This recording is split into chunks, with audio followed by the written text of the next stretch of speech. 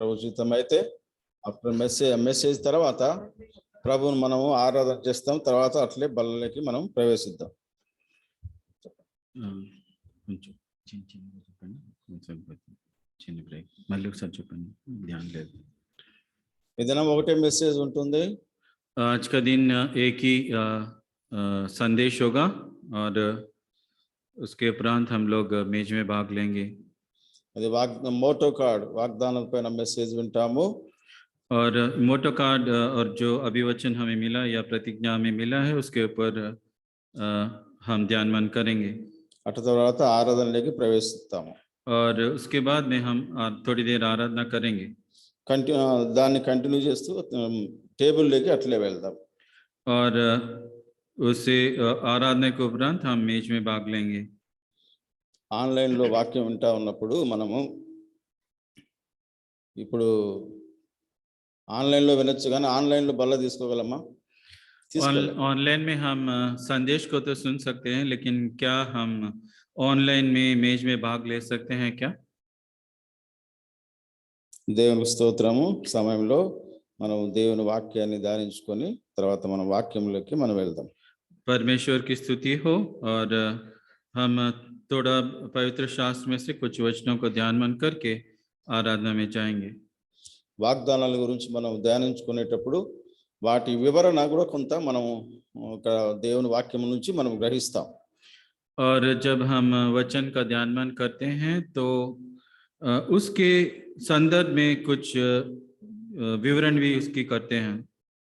మొట్టమొదట సార్వత్రిక సంఘ వాగ్దానం మోటో కార్డులో మొదటి వాక్యం చూసుకుందాము. మత్తయి సువార్త ये सार्वत्रिक कलीसिया की जो अभिवचन है उसमें से जो पहला वचन है वो हम जानते हैं कि मत्ती रचित सुसमाचार उसका 16 अध्याय और उसका 18 पद. 16వ అధ్యాయం मत्ती 16 और उसका 18 पद. 18 వచనం అందరం కలిసి వచనాన్ని చదువుదాం. और हम सब मिलकर इस वचन को पढ़ेंगे. मत्ती 16:18. और मैं भी तुझसे कहता हूँ कि पतरस है और मैं इस पत्थर पर अपनी कलीसिया बनाऊंगा और उर्दलों के फाटक उस पर प्रबल न होंगे. రెండవది ఇర్మియా గ్రంథము. दूसरा उसकी इर्मिया का पुस्तक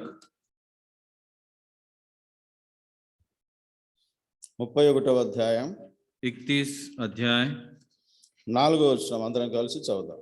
और 4 पद को हम सब लोग मिलकर पढ़ेंगे. हे इस्राएली कुंवारी कन्या, मैं तुझ पर फिर बसाऊंगा, वहां तो फिर सिंगार करके दफ बजाने लगेगी और आनंद करने वालों के बीच में नाचती हुई निकलेगी. తర్వాత మూడవది చూద్దాము, ఆమోస్ గ్రంథము. और तीसरा आमोस 9వ అధ్యాయం और उसका 9वां अध्याय 11-12 వచనాలు అందరం కలిసి చదువుదాం. 11 और 12 पद को हम सब लोग मिलकर पढ़ेंगे.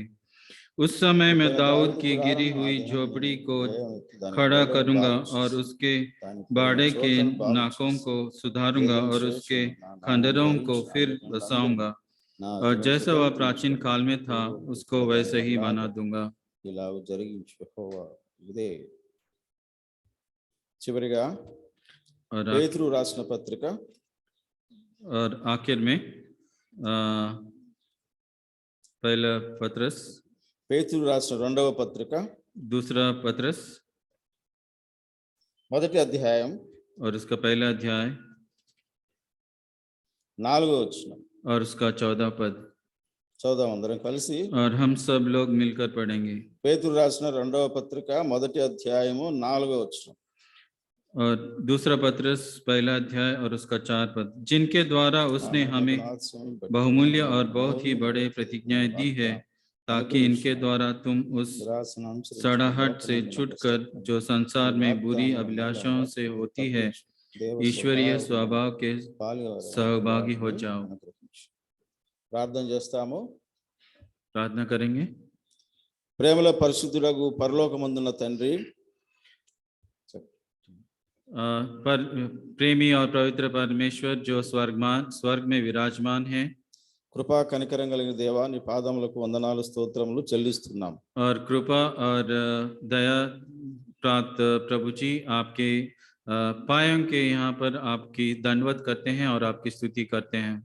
2021 సంవత్సరం కాపాడి 2022 సంవత్సరం మొట్టమొదటి దినంలో మమ్మల్ని మీరు ప్రవేశించినందుకై నిన్ను స్తుతించి ఆరాధిస్తున్నాం. और दूसरा 2021 के अंदर हमें चलाते हुए 2022 के अंदर हमें प्रवेश करने के लिए मौका दिया, इसके लिए आपको स्तुति करते हैं.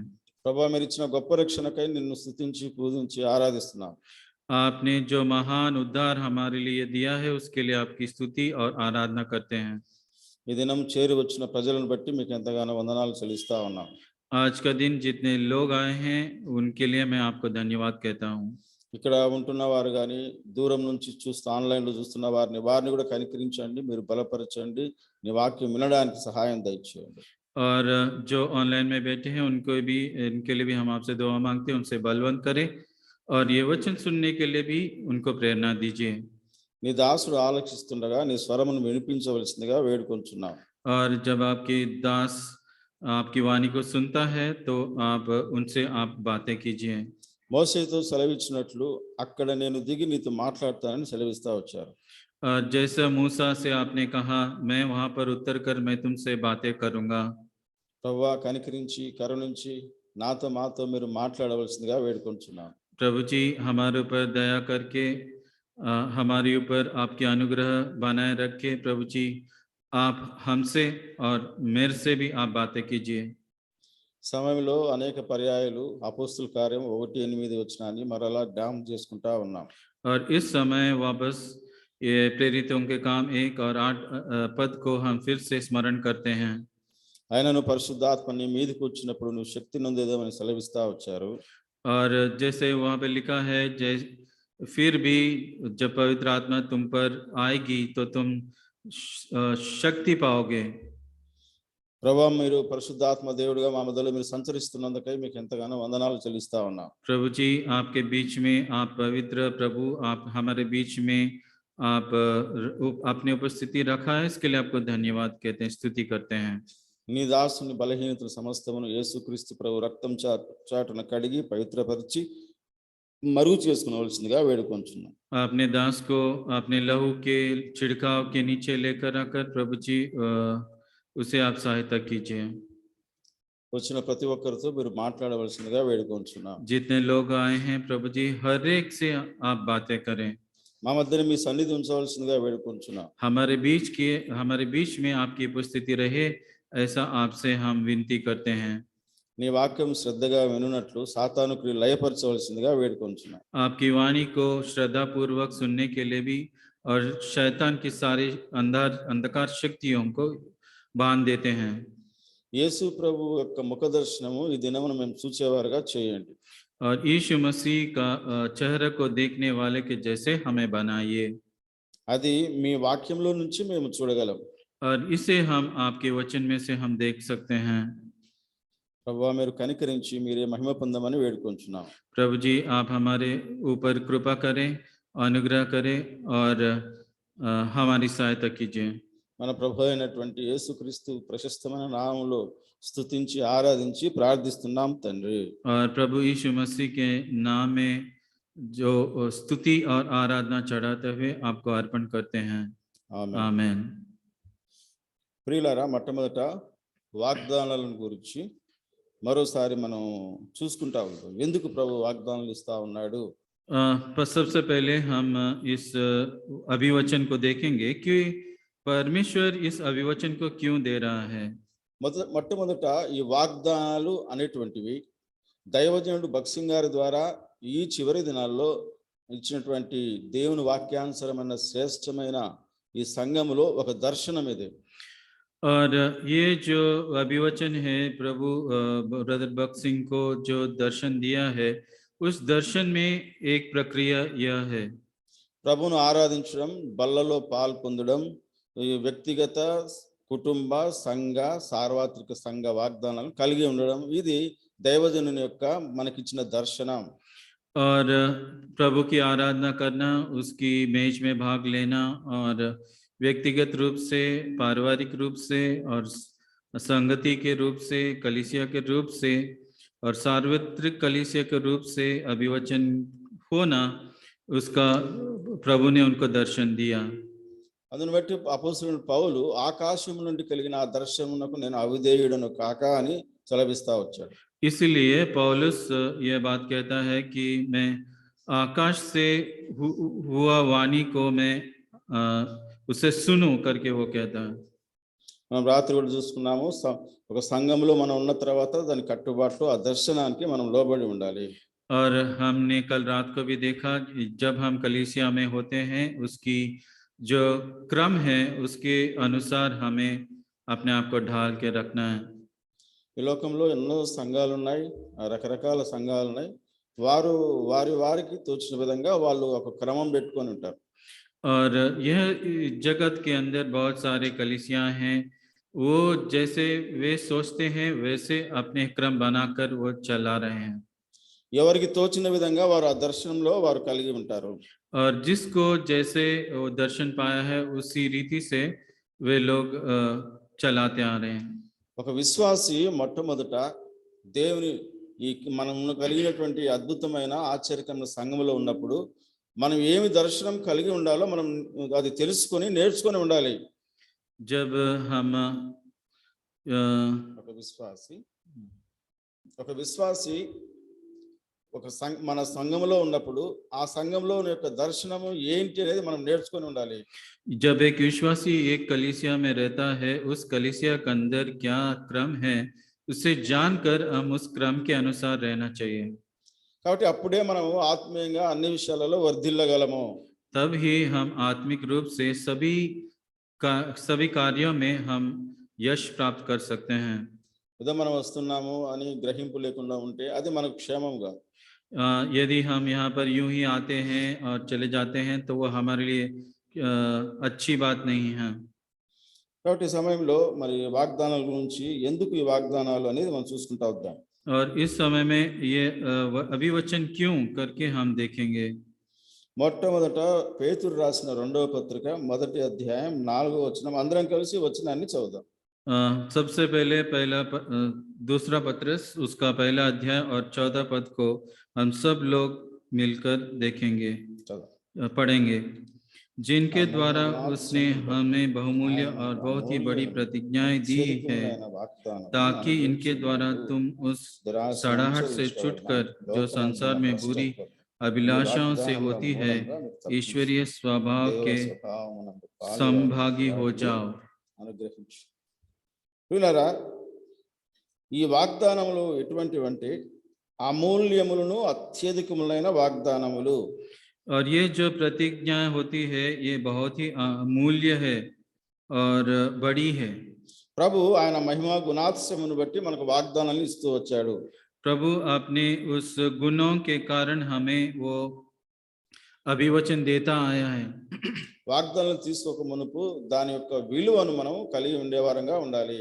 और जब हम प्रतिज्ञाएं लेते हैं उसकी मूल्य को जानने वाले के जैसे हमें होना है। కాబట్టి ఈ వాగ్దానంలో 2 రకాలుగా మనం చూస్తా ఉన్నాము.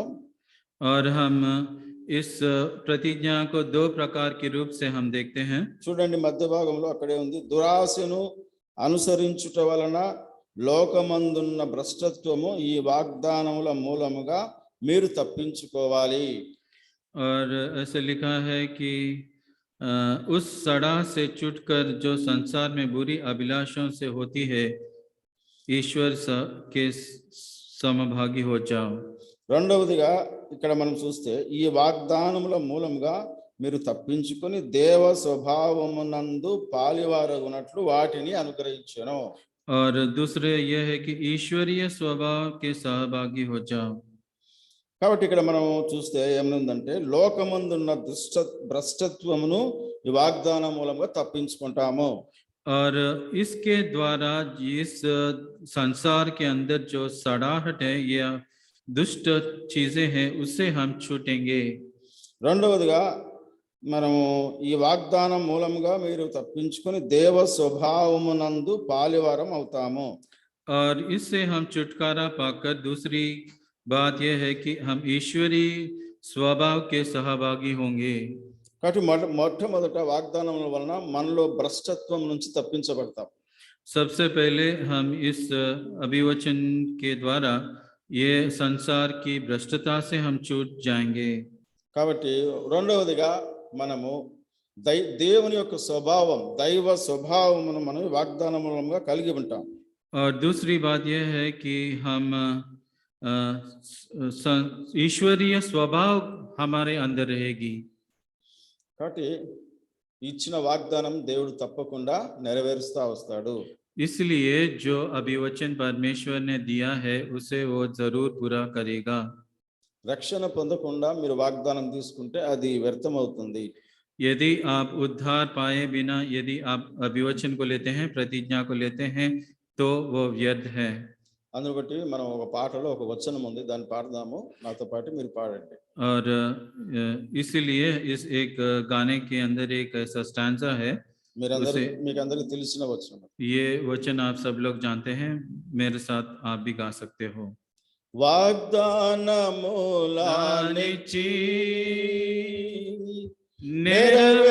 నెరవేర్చువాడవు నీవే, వాగ్దానములనిచ్చి నెరవేర్చువాడవు నీవే, నమ్మకమైన దేవా, నిన్ను పూజించి ధ్యాడేదన్. నమ్మకమైన దేవా, నిన్ను పూజించి కొనియాడేదన్. ప్రభువా నిన్నే కొనియాడేదన్. హల్లెలూయా పాడేదా, ప్రభు నిన్ను కొనియాడేదా. హల్లెలూయా పాడేదా,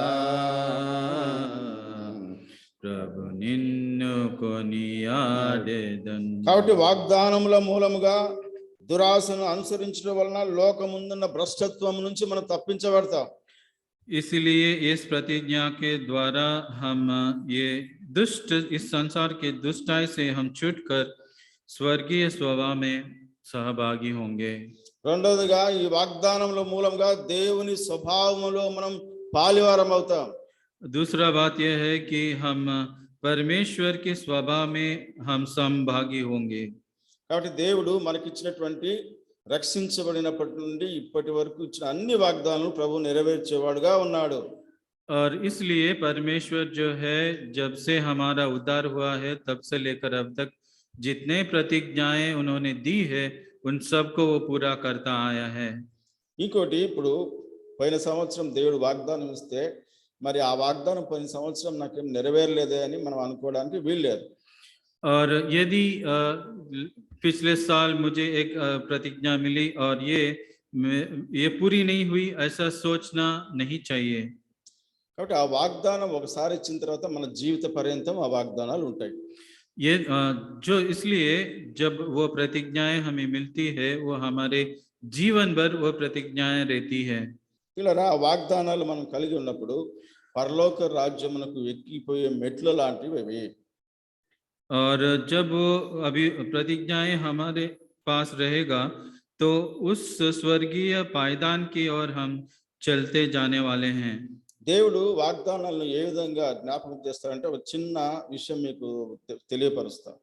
परमेश्वर किस रीति से अपने प्रतिज्ञा को याद या स्मरण दिलाता है, मैं एक छोटा सा उदाहरण आपको बताऊंगा। బైబిల్ గ్రంథం తర్వాత చదవబడేటువంటి పుస్తకం ఏదంటే యాత్రికుని ప్రయాణము. और पवित्र शास्त्र के बाद में यदि सबसे पढ़ने वाली पुस्तक यदि कोई है तो वो है यात्री की ప్రయాణం, सफर। యాత్రికుని ప్రయాణం తెలుగులో, ఇంగ్లీష్లో,